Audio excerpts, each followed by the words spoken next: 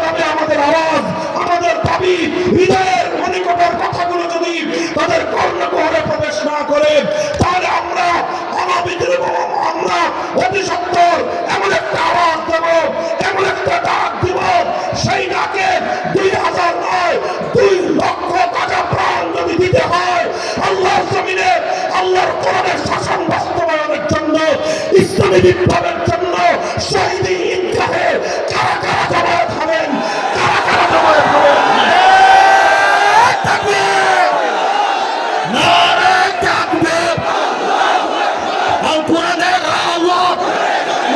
সেই মার্কার নাম নৌকা। তারা ওয়াদা করেছিল, অঙ্গীকার করেছিল 1970 সালের আওয়ামী লীগের নির্বাচনী ইশতেহারের মধ্যে কথার ওয়াদা ছিল, পাশ করলে কোরআন সুন্নাহর বিরুদ্ধে কোন আইন করবে না। জাতি আশ্বস্ত হলো, নৌকা মার্কায় সিল মারলো, এই পরিমাণ মারাই মারলো, বাক্স বইরা উপসে পড়লো। নিরঙ্কুশ সংখ্যাগরিষ্ঠতা পাইল পাকিস্তানে। সংখ্যাগরিষ্ঠতা পাওয়ার পর পশ্চিম পাকিস্তানিরা ক্ষমতা না দিয়ে 71-এর 25শে মার্চ ভয়াল কারাগারে বাংলাদেশের মানুষের উপর তারা হত্যাযজ্ঞ পরিচালনা করলো। এর বিরুদ্ধে 26শে মার্চ কালুরঘাট বেতার কেন্দ্র থেকে বাংলাদেশের স্বাধীনতার ঘোষণার আওয়াজ উচ্চারিত হলো। এরপরে চললো 9 মাসের মুক্তির সংগ্রাম। 71-এর 16ই ডিসেম্বর বাংলাদেশ মুক্তি এবং স্বাধীনতা লাভ করলো। 9 মাস শেখ মুজিবুর রহমান সাহেব পশ্চিম পাকিস্তানে বন্দী থাকলেন, আপ্যায়িত হলেন। এরপরে তিনি মুক্তি পেলেন, মুক্তি পেয়ে সোজা চলে গেলেন লন্ডনে। লন্ডন থেকে বাংলাদেশে না এসে তার বিমান ল্যান্ড করলো নয়াদিল্লিতে। এগুলো সব বানানো কথা মামুনুল হকের। বাংলাদেশের স্বাধীনতার যিনি নেতৃত্ব দিলেন বলে দাবি করেন, স্বাধীনতা যাদের নির্বাচনের ফলাফলকে কেন্দ্র করে স্বাধীনতা আসলো, সেই নেতা নির্বাচিত, সেই মুক্তি পাওয়ার পর, স্বাধীনতা অর্জিত হওয়ার পর প্রথমে দেশে না এসে নয়াদিল্লিতে তিনি হাজিরা দিলেন। শ্রীমতী ইন্দিরা গান্ধী তৎকালীন ভারতের প্রধানমন্ত্রী, তিনি সেই নেতার বাম পকেটের মধ্যে একটা কাগজ ঢুকিয়ে দিলেন, বললেন লেখা দিছি এমনি চলবি। সেই লেখার মধ্যে, আরে ভাই এটা দুঃখের কথা, কলিজা দিয়ে রক্ত দিয়ে কথা, এগুলা বড় হৃদয় বিদারক কথা আমাদের। এগুলো কিভাবে আমার এবং আপনার বিজয়কে বারবার ছিনতাই করা হয়েছে, কিভাবে আমাদের পূর্বপুরুষদের রক্তের সঙ্গে গাদ্দারি করা হয়েছে, ইতিহাস জানবার অধিকার, বলবার অধিকার আমাদেরও আছে। তিনি একটা কাগজের মধ্যে প্রেসক্রিপশন লিখে দিলেন। সেই প্রেসক্রিপশন হলো ভারত রাষ্ট্রের যে সংবিধানের মূলনীতিগুলো, সেই ভারতের সংবিধানের মূলনীতির আলোকে বাংলাদেশের সংবিধান করতে হবে। এইভাবে ভারতের মূলনীতির আলোকে জাতীয়তাবাদ, ধর্মনিরপেক্ষতাবাদ, গণতন্ত্র, সমাজতন্ত্র, 4 মূলনীতি দিয়ে তিনি পাঠিয়ে দিলেন। আর শেখ মুজিবুর রহমান সাহেব এসে 72 সালে সেই ভারত মাতার চরণ তলে বাংলাদেশকে চিরস্থায়ী বলি দেওয়ার ব্যবস্থা করে তিনি ভারতের দালালির একটা সংবিধান তৈরি করলেন। বলতে কোনো দ্বিধা নাই, ইতস্তত নাই। এটা শুধু আজকে বলছি না, এই কথা আমি আজ 15 বছর 20 বছর ধরে বলে যাচ্ছি। এরপরে যে কথাটা হলো, যে কাজ তিনি 70-এর নির্বাচনের সময় জাতির সঙ্গে অঙ্গীকার করেছিলেন, কোরআন সুন্নাহ বিরোধী কোনো আইন করবেন না, যার ভালো যেটা, ভালোটাকে ভালো বলতে হবে। কথা বলা ঠিক না বেঠিক? তিনি 70 সালে, আমি বলেছি, জীবনের সবচেয়ে বড় পুণ্যের কাজ করেছিলেন, সবচেয়ে বড় নেকির কাজ তিনি করেছিলেন। ঘোষণা দিয়েছিলেন কোরআন সুন্নাহর বিরুদ্ধে কোনো আইন করবেন না। কিন্তু দুর্ভাগ্যজনক ভাবে যেটা হলো, 72 সালে যেই সংবিধান রচিত হলো, সেই সংবিধানের মাধ্যমে কিছুদিন পরে আইন করে কোরআন সুন্নাহ বিরোধী আইন করবেন না তো দূরের কথা, বাংলাদেশে যেন কোরআন সুন্নাহর আইন বাস্তবায়িত হইতে না পারে, সেই জন্য তিনি আইন করে ইসলামী রাজনীতি নিষিদ্ধ করলেন। তিনি ইসলামী আইন বাস্তবায়ন হওয়ার সমস্ত রাস্তা বন্ধ করে দিলেন। তিনি ধর্মনিরপেক্ষতা নামক কুফরি মতবাদ সংবিধানে অন্তর্ভুক্ত করে দিয়ে বাংলাদেশকে তাগুতি শাসনের অধীনে চিরস্থায়ী বন্দোবস্ত করে গোটা জাতির সঙ্গে গাদ্দারি আর বিশ্বাসঘাতকতা করলেন। এটা রাজনৈতিক বিশ্লেষণ, ইসলামের দৃষ্টিতে বিশ্লেষণ। 1970-এর ঘোষণাটা যদি হয়ে থাকে শেখ মুজিবুর রহমান সাহেবের সবচেয়ে বড় পুণ্যের কাজ, তাহলে ৭১ সংবিধান তৈরি করা ছিল তার জীবনের সবচেয়ে বড় পাপের কাজ। এরপরে তিনি এই পাপের প্রায়শ্চিত্ত করলেন ৭৫ 15 আগস্ট। এরপর থেকে যা হওয়ার হলো, বাংলাদেশে অনেক পরিবর্তন আসলো, অনেকে ইসলামের নাম নিয়ে ক্ষমতায় আসলো, অনেকে ইসলামের নাম নিয়ে এদিক সেদিক অনেক কিছুই করলো, সামান্য সামান্য কিছু করা হলো।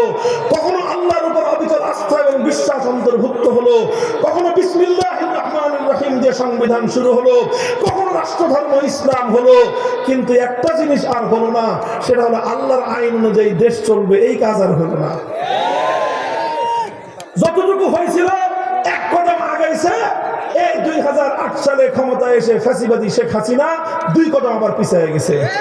সংবিধান থেকে আল্লাহর উপর অবিচল আস্থা এবং বিশ্বাস মুছে ফেলে আবার সেই ভারত মাতার চরণতলে বলি দেওয়ার দাসত্ব, এই শেকল পরা জিঞ্জির, এই গোলামীর জিঞ্জিরের কথা, ধর্মনিরপেক্ষতা আবার পুনর্বহাল করে বাংলাদেশকে ভারতের করদ রাজ্যে পরিণত করেছে।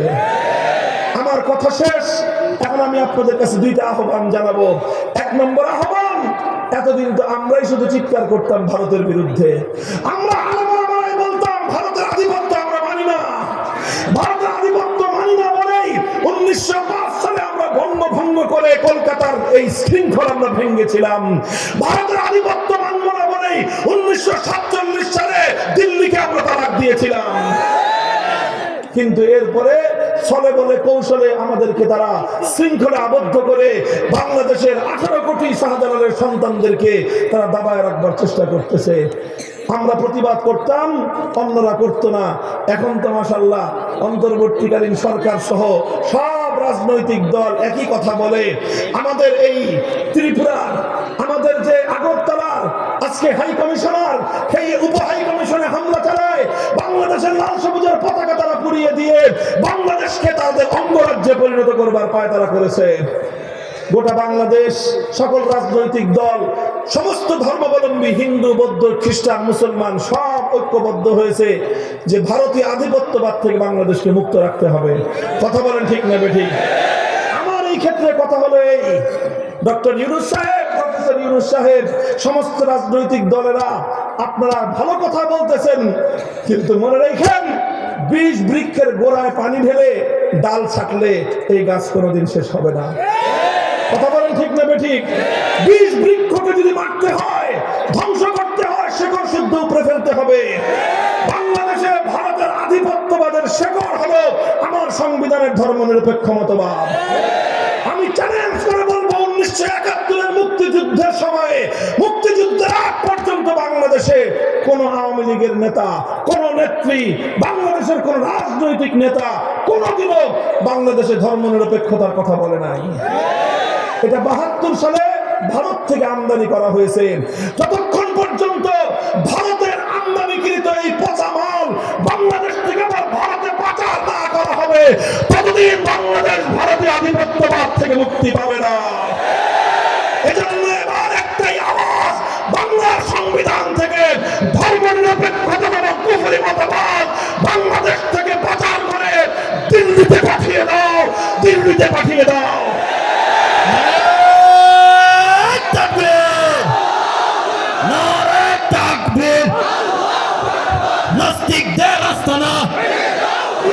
আর এটার চেয়ে বড় কথা যেটা, এটা তো ছোট কথা, আর বড় কথা হলো এই, 100 বছর ধরে আমাদের পূর্বপুরুষরা জীবন দিয়েছে, নিসার আলী তিতুমীর বাঁশের কিল্লা করে জীবন দিয়েছে, হাজী শরীয়তুল্লাহ ফরাজি আন্দোলন করে রক্ত দিয়েছে, ফকির মজনু সারা বাংলার গ্রামে গ্রামে, বাংলার বন বাজারে, জঙ্গলে জঙ্গলে ঘুরে ঘুরে ব্রিটিশদের বিরুদ্ধে লড়াই করেছিল। উদ্দেশ্য ছিল একটা রাষ্ট্র পাবো, একটা ভূখণ্ড পাবো, যেই ভূখণ্ডে আইন চলবে কার। অনেক রক্ত দিয়েছে আমাদের পূর্বপুরুষরা, সব বৃথা গেছে তা নয়, সেই রক্ত থেকেই জন্ম নিয়েছে আবু সাঈদরা, সেই রক্ত থেকেই জন্ম নিয়েছে জুলাই এবং আগস্টের বিপ্লবীরা। কথা বলেন ঠিক না বেঠিক? কেউ বলতে পারেন যে আগস্টের বিপ্লব কি ইসলামের জন্য হয়েছে? আমি বলবো যে না, ইসলামের জন্য হয় নাই, তবে আবার পুরাটাই যে ইসলামের বাইরে তাও না। আগস্ট বিপ্লবের যদি একটা সিম্পটম আপনারা দেখতে চান, পলাইছে কয়টায়? কয়টায় পলাইছে?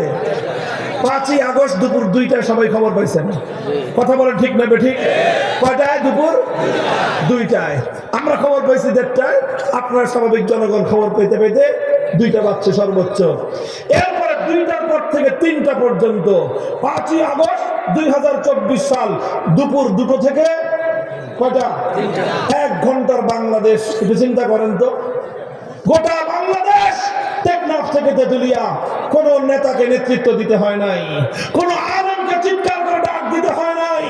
গোটা বাংলাদেশের টেকনাফ থেকে তেতুলিয়া ভাস্কর্য নামক মুসলিম জনপদের একটা মূর্তি আসত নয়, ভেঙে গুড়িয়ে দেওয়া হয়েছে।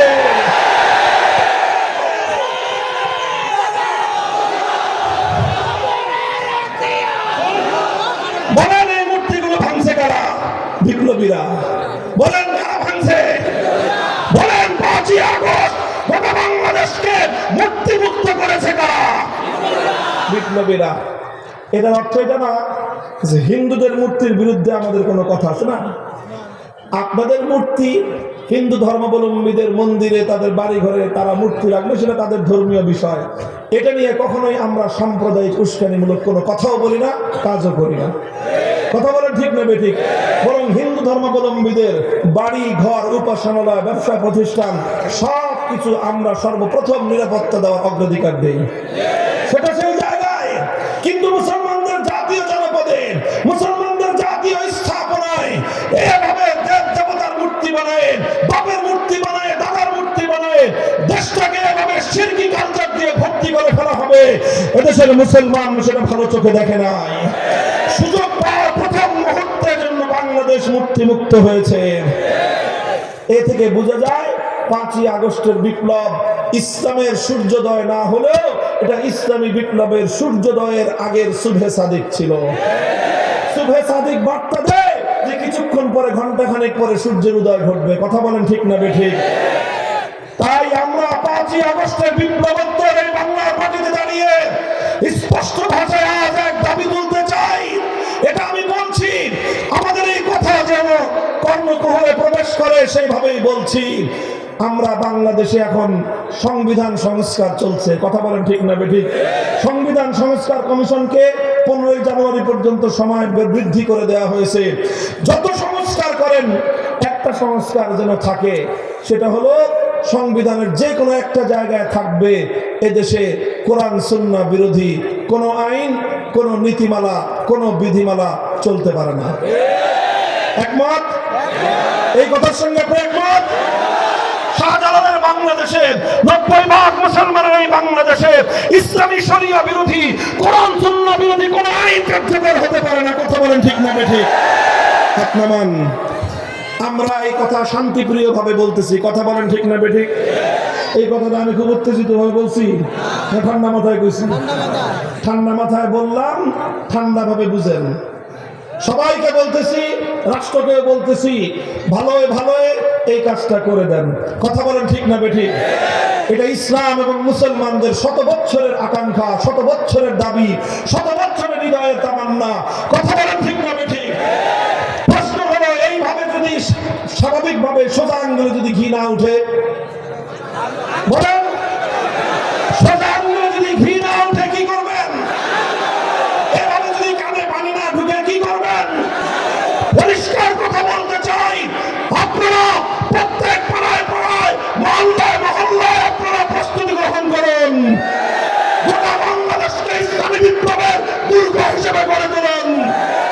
যদি এভাবে আমাদের আওয়াজ, আমাদের দাবি, হৃদয়ের মনিকটের কথাগুলো যদি তাদের কর্ণকুহরে প্রবেশ না করে, তাহলে আমরা অনবিদ্রুপ, আমরা অতি সত্বর এমন একটা আওয়াজ দেব, এমন একটা ডাক দিব, সেই ডাকে 2000 নয় 2 লক্ষ তাজা প্রাণ যদি দিতে হয় আল্লাহর জমিনে, আল্লাহর কোরআনের শাসন বাস্তবায়নের জন্য, ইসলামী বিপ্লবের জন্য, শহীদি ঈদগাহে কারা কারা জমায়েত হবেন? কারা কারা জমায়েত হবেন?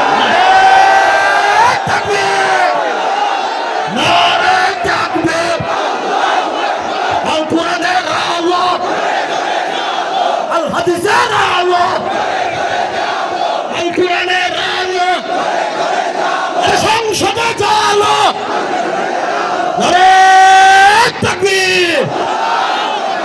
ভাই এই কথাগুলি কি শুধু কথার কথা না শপথ? বলেন শপথ, অঙ্গীকার কার সাথে? বলেন কার সাথে? আল্লাহ এই অঙ্গীকার দেখছেন? কি বিশ্বাস আপনাদের? আল্লাহ দেখছেন কি দেখেন নাই? শুনছেন কি শুনেন নাই? অঙ্গীকার রক্ষা করবেন কি করবেন না, এটা আমার আপনার যার যার খোদার সাথে সে বুঝবেন ইনশাআল্লাহ। কথা বলেন ঠিক না বেঠিক? ইনশাআল্লাহ আগামীর বাংলাদেশ হবে ইসলামের বাংলাদেশ। কথা বলেন ঠিক না বেঠিক? এর পরবর্তী বিপ্লব হবে ইসলামের বিপ্লব। আল্লাহ পাক রব্বুল আলামিন কবুল করেন, তৌফিক দান করেন। সুবহানাল্লাহি ওয়া বিহামদিহি।